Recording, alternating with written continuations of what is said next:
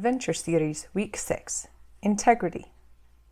Resolute to be you, from resolution to resolve, staying in integrity no matter the cause. The one thing that God requires of us is a pure heart. Simple, right? But if you are human, then you know well what guilt feels like, or shame, or remorse. These experiences are not meant to perpetuate our pain. We do that to ourselves. We can get very creative in the ways that we separate ourselves from reconciling to God. The most confusing thing anyone ever has to do is declare who they are becoming, and who they are going to be. All that is ever asked of you is to be yourself in God's perfect design. Integrity is all about doing what is right. But in our modern society, we have this understanding that there is a universal moral standard that we are supposed to live up to.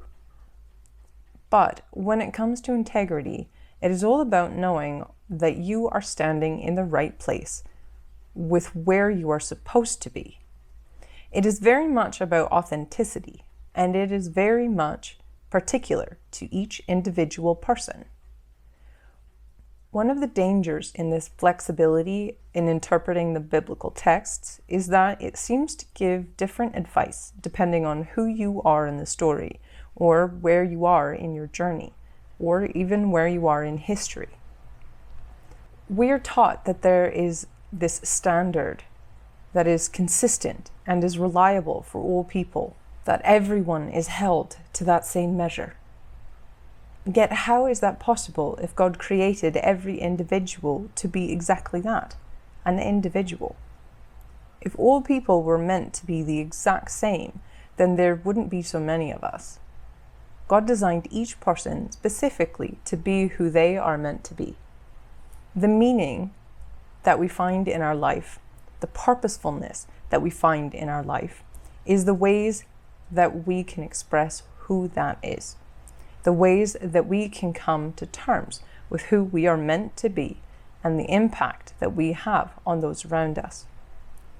Each of us loves different people and different things, and is willing to do different things to protect and stay connected with those things that we love.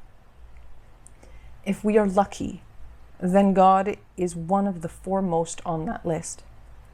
But for so many of us, our relationship with God really has taken a back seat in recent years. So the challenge of this coming year, when for the past years we have felt so separated from everything else, is to find our connection, our reconnection with God and His design and His plan. He has allowed us the opportunity to rest and recover. He has given us a chance to reset and rebalance. You may or may not have taken up that invitation.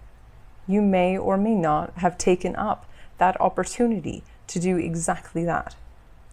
Maybe that isolation was more triggering for you. Maybe it made you feel less centered and more disconnected. But the challenge you face now is to stand up in integrity as who you were designed to be. Throughout the Bible, there are all of these examples of how each person has these opportunities and instructions on how your word needs to be pure.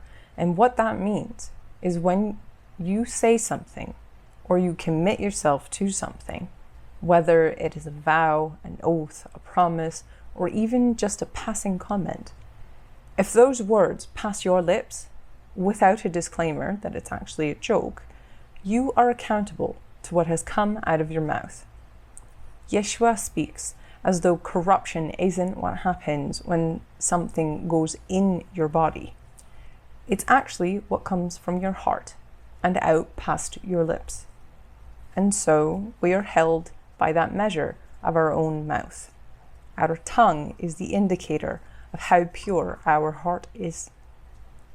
So many make New Year's resolutions only to have them fall away as life plots on. But the Bible is very clear about being a man of your word, and lies, intentional or otherwise, are not tolerated. There's a difference between being mistaken and absolving yourself of being true to what you've said. So how do we, in our pesky humanity, stay on the right trajectory and stay in integrity when someone seems to just keep changing the game on us? How do you stay purposefully on point to keep from absolving yourself of your dissolving resolve? You are your own responsibility, and what that means is that integrity is all about authenticity. But at the heart of that message lies the premise that first you must know who you are in order to do that. To be able to gauge, not judge, but gauge, if you are in integrity, you must have a plumb line. And if the moral standard that is even across all humans is in fact mutable and shapeshifts along with each one of us, then how can one tell if they are right or not? That's why the Bible says that only God can judge a man's heart, because only God knows what that design was, and if you are in alignment with that design or not. So the purpose in life and practices across religions and across traditions and across history all try to lead us into one understanding, not of God, but of ourselves. The purpose behind almost every tradition, the teachings within every religion, is to help you get to that center of who you are so that you can understand your place in the story and you can step up and step in to that purposefulness. We are judged by what we do. What we do is expected because of what we say we are going to do. So what happens with things like New Year's resolutions, where it's really about designing the life we would like to have and about proclaiming the person we would like to be that isn't true of us yet? And then in time, maybe we fail in living up to that promise. Are we held accountable to it, or are we forgiven? Well, we follow both a just and forgiving God. So who knows really, it could go either way. How we can keep ourselves from falling into those traps of unintentionally or intentionally misleading others, misguiding others, or even misrepresenting ourselves is by following Yeshua's advice. Do not make promises of yourself. Allow your yes to be a yes and your no to be a no. Keep it simple.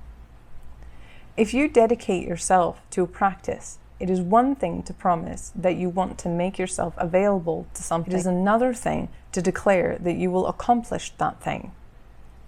One saying I really appreciate from the Muslim tradition is Inshallah. It means God willing. Most agreements that they make end with if God wills it. That may sound like something that is just ritually tagged on to the end of a statement, but in doing so, they are acknowledging God's plan and design in their life. I will meet you tomorrow at 2 if it is in God's plan. I cannot promise to meet you at 2 if that is not the design for my life, and I am not the wise one who knows God's plan. No human really knows God's plan. So how can I make a promise not really knowing the full design of this world? The pathway to hell is paved with good intentions, and unintentional lies are an easy trap. And so we keep our promises simple and keep ourselves humble.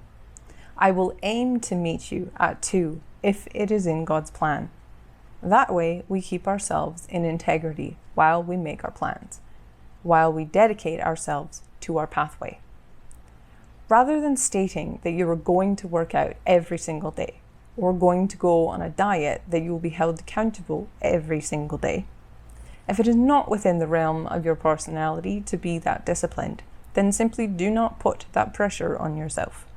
Not only will you likely not live up to the promise, but the pressure of that in and of itself is also often the reason why. What if integrity is less about if you do the universally standardized right thing and more about how well you know yourself in the first place, to set yourself up for success? The failure isn't necessarily in the failed execution of an unrealistic promise, but more in not knowing yourself well enough to know what to realistically promise of yourself. So, to lighten the load and relieve yourself of those unnecessary expectations that we put on ourselves, that we project into others, in order to do that, all we need to do is keep our dedications very simple and honest. State who you would like to be, and you can even shape how you think you're going to live that out. But keep your promises simple. It's not that you are going to work out or that you are going to do a diet, because you may or may not follow through with that. But in doing those things, what were you really aiming for? Maybe it was to be a healthier individual, to honor the temple that is your body. So instead of dedicating yourself to disciplines that may not match your personality long term, be more honest in what it is you are trying to do. I will make efforts towards being more conscientious of the ways that I am a steward of this temple that God designed for me to be in. He embedded me in this body. I am a steward of this temple, and therefore, in that stewardship, I proclaim and dedicate to exploring what that care looks like and learning to prioritize that. Admitting that I will likely fail in my execution of it, and that my dedications will change on a rotation as I learn what it is that who I really am needs. Maybe you know that you characteristically cannot stay connected to or disciplined in something for more than 2 months. Rather than dedicating yourself to being accountable to that thing for a year, maybe make that dedication for only 2 months to train yourself into discipline with reasonably achievable goals. If your heart is measured by the accountability of what passes your lips, then be very intentional about the words that come out of your mouth. Speak with integrity. That is what you are responsible for. Integrity is about embodying and living up to who you say you are. But life is all about the becoming of that person. Most of us know something about ourselves that we cannot yet prove, and our life is shaped as a running of the gauntlet in which that becomes true in the living of it. Many resolutions are built by trends or peer pressure, but some are actually indicators of what our soul desires for ourselves. But our psyche just doesn't quite know how to pull it off yet. Maybe we don't have the habits. Maybe we don't have the support that we need to shift into that quality of life or quality in expression of ourselves. But if your heart is measured by what passes your lips, then make sure that you are the one who is in control of what is said. Make sure that the promises you make are the things you are willing to be measured by. The measure of integrity is not whether you live up to a standard, this moral measure that all people are held accountable to. In one culture, context, or another, that line may shift a little, or the interpretation of that same word may shapeshift quite a bit. We are not to pass judgment on anyone. The Bible is very clear about that. So how can we pass judgment on ourselves? Humans seem to be missing this innate ability to forgive ourselves of our own failures. We are more likely to justify the treachery of other people than we are to forgive ourselves for a misstep. The transgressions that we commit, intentional or otherwise, are the thing that trips us up more than anything else. More often than not, it is the collateral damage that we collect throughout our lives that eats away at our soul and makes us question ourselves. It keeps us further and further away from the divine design God had for our lives and our beingness. My prayer for anyone in the wake of these holy days is that you will understand what it feels like to be responsible and accountable to the integrity of your own heart.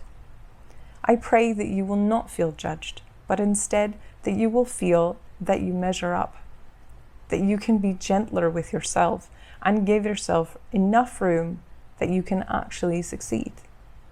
If you are always holding yourself to some measure, you are more likely to always measure failure instead of success. Are you a half full or half empty kind of person? Are you always collecting the tally of your wins or your losses? It's okay no matter what your answer was. The key is being able to recognize which way your mind works so that you can work with it instead of it working against you. Does it bend towards judgment or is it bent towards forgiveness? When you know that you tally losses, then you need to work way harder to recognize anything as a win, if at all. But if your mind is bent towards wins, then often you will absolve yourself of the responsibility of losses, almost like a footnote on your path. Either way, you are held accountable to both. Integrity is all about setting yourself up for success.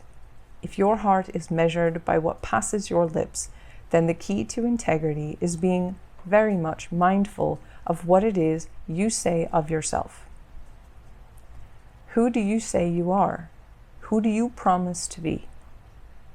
And how can you reframe that very carefully so that it is not a lie, intentional or otherwise, but instead what you say is an invitation for you to live up to, instead of a promise that you will be held accountable to? Can you learn to speak to yourself through invitations?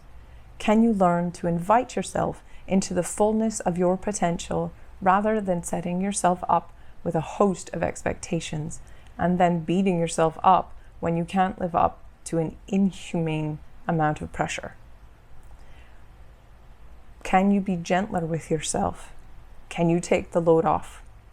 Can you enlighten the pathway so that you can see where you are headed? And can you open the way to your own becoming and the revelation of who you are? It's almost impossible to not be in integrity if you make no promises of yourself. But it's also almost impossible to navigate life. All you need to do is speak truth. For many of us, that means speak less. For some, that means speak more carefully. For some of us, that means speak up. The measure of your heart is on the tip of your tongue. Who do you say you are? Selah. Soli Deo Gloria.